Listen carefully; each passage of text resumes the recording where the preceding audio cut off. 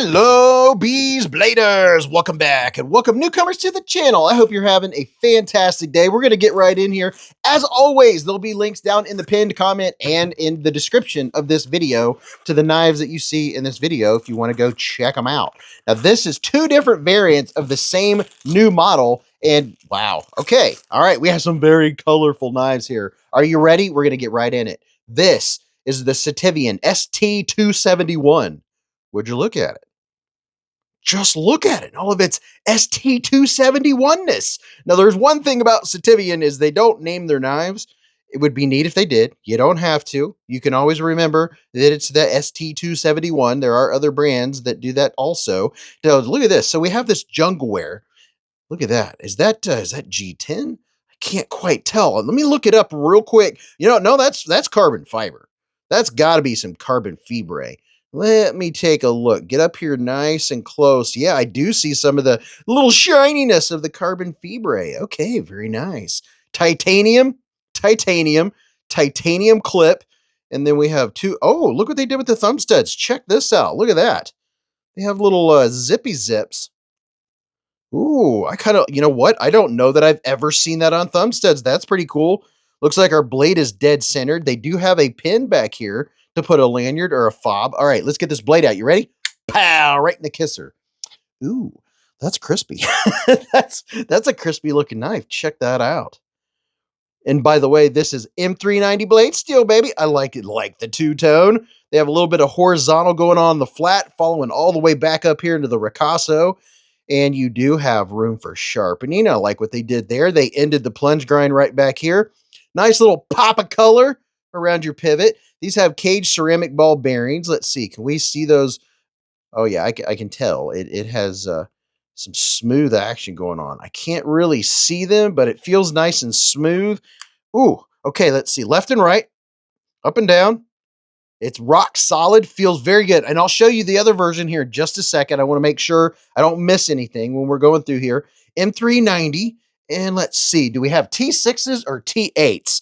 What's the verdict? So it looks like those inlays are going to be T6s for the inlays, T6 for that dude. So T6 body screws. One thing I would recommend if Sativian is able to is upgrade to T8 screws. Everyone loves T8s. I don't have any issues with T6. I don't strip screws. A lot of people do. I'm not sure what the problem is there. What the problem is. But well, it happens. So that's an issue for a lot of folks. So very nice looking. Let's see where our stop pin is here. Right there's your big stop pin. Is it going to hit anything important? Nope. Way down on the blade. It's never going to affect anything to do with sharpening. So a couple quick numbers and size comparisons. From tip to tail, this dude is coming in at 7.7 inches. Your blade, 3.4 inches. Sharpened, 3.3 inches. Your handle is 4.4 inches long. And I'm guessing this is going to be at least an inch, right? Oh, yeah, 1.1 inches tall for your blade. And I like that. So your pivot is right here. Your point is going to be, like if I put the pivot on this line, you can see that the point is lower than the pivot. So you're going to be able to use this for utility cuts and piercing. I'm liking it. Okay, we'll see how the ergos are in just a second.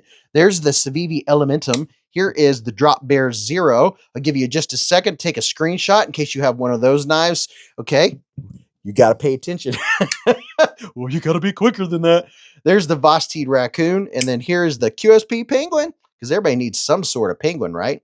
You can take a screenshot of that in case you want to do some size comparisons later. And then just for the heck of it, here is a Spyderco sandwich. There's the pair of 3 and the paramilitary 2. Okay, all right. I have one more here. I might as well. Actually, I have 2 here. Let me put them up. What the heck? Everybody likes looking at knives, right? I have the Foca. It's the Foca from Kaiser, and then there is the CJRB Pyrite Light. Okay, I think that should get you dialed in. Now, for the hand feel of this dude. My hand is 4 inches from here to here, 3.5 from here to here, and from the bottom of my palm to the tip of my middle finger is 7.25. Oh, yeah. Ooh, yeah. Oh, that's money. And look at this. You can get right up behind the heel, and the jimping is moderate. Is it really stopping my thumb? Almost. The jimping, let me get you a look here.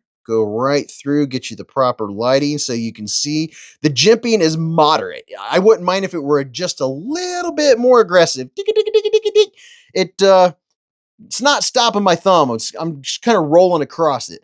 But I don't know how many people are going to be using this to open bags of concrete, right? It's very possible. It could be done. Now, here's a look at your pass through to get to that liner lock. Let's see. Our lockup is good right there in the middle where you want it. Let's see. Now, one thing that if I were going to change something with this knife, what I would do personally is right here where you see this liner. I would have dipped that liner down. Let's see how right here it sits proud. I would have dipped that down just a little bit more so I don't have to push down so hard. I'm not having to push hard, but my point here is, in case Sativian's watching, is that you want to be able to easily do this. You don't want to have to push your finger and jam your finger down in there. It's not bad. I'm having to put moderate pressure, and it's extremely smooth. Wow, and you hear that sound? Let's see what it sounds like. Ready? Oh, and it's a front flipper. Here's some acoustics.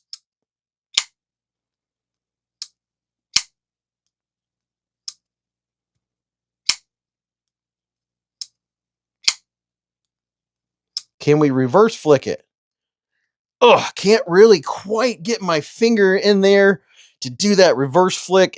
I could, but I don't feel like hurting my finger. So not really a super reverse flicker. I could probably do it with, yeah, I can do it with my index finger. This is one of those ones that you could do that. Let's see. How is that over the top? Let's see. Can I? Wow. Oh boy. It has a good detent.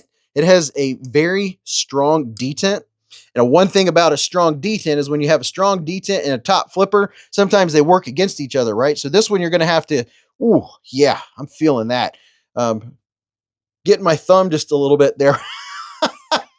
So as far as your front flip goes, you can do a little roll, but that detent is so good that it's working against that top flipper. Yeah. Yeah. Here's the thing. Not using it as a top flipper, I almost didn't notice that it is as a regular knife. Never. I'm going to be honest. Most of the knives that I have that are front flippers, I don't even use the front flipper.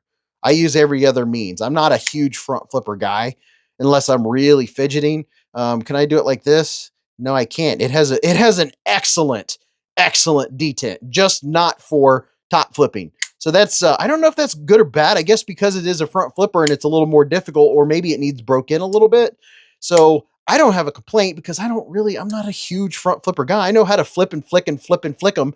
But typically when somebody has a front flipper, it's typically a lot lighter detent. This detent is just really, really good. Here's the other version. Now this is VG10 and I think 10CR15 mixed to get this look right here for your Damascus. Look at that. Little Mr. Fancy Pants. We'll see if we can flip this one. We'll see what the detent is like on this one. I don't even know what this colorway is called. I'm pretty sure that's G10. Check that out. And then the green one, let me see. I'm going to double check. They have some crazy colors of this stuff. This is actually G10. So I stand corrected. I thought that I was wondering why I couldn't see deep down into it. That is G10. So there's that model, and here's this model with all they have 4 different variants of this dude. Here's this one. It has a blue pivot collar, has good lockup. Let's see. This one is also very solid. Equal on the smoothness. It's got good lockups right in the middle. And it's nice when you get 2 different variants. You can see if one of them acts different than another. Let's see how this one is with the top flip. How's the top flipper on this one? Now this one's a little bit, okay. So this one, okay. So it looks like the one over there, maybe that detent just needs to break in a little bit. The front flipper on this one is nice and smooth. A lot easier to engage. Oh yeah. So if you're a front flipper fan, there you go. If you get one and it's a little tough, you probably just need to break it in just a little bit, and then you'll be able to front flip it just fine. Oh yeah, there we go. Can I oh yeah, see there? So this one right here operates no issue at all. Very smooth. I like it. And I like what they did with the thumb studs too. Every time there's something just a little bit different with the knife, I appreciate it. Well, there you go. I'll put links down there wherever I can find this, and you can go check them out. Check out the prices. I know they're less than $100. They're probably like 90 something dollars, probably 99.99. But you can go check them out. Hope you enjoyed seeing what I thought about the new ST271. I like what Sativian's doing. I love the direction they're going. They're putting out some really good stuff. Ergos on this are dead money. Just maybe a little more aggression on those jimps. And then I don't know what they could do about, you can do it. This one just has a little tighter detent. I can do it, but my thumb doesn't appreciate it. All right, give me some comments, give me some feedback. Don't forget to hit thumbs up button and see us on Friday nights at the live stream. Remember, live life in the present, keep a Band-Aid handy, and don't cut yourself.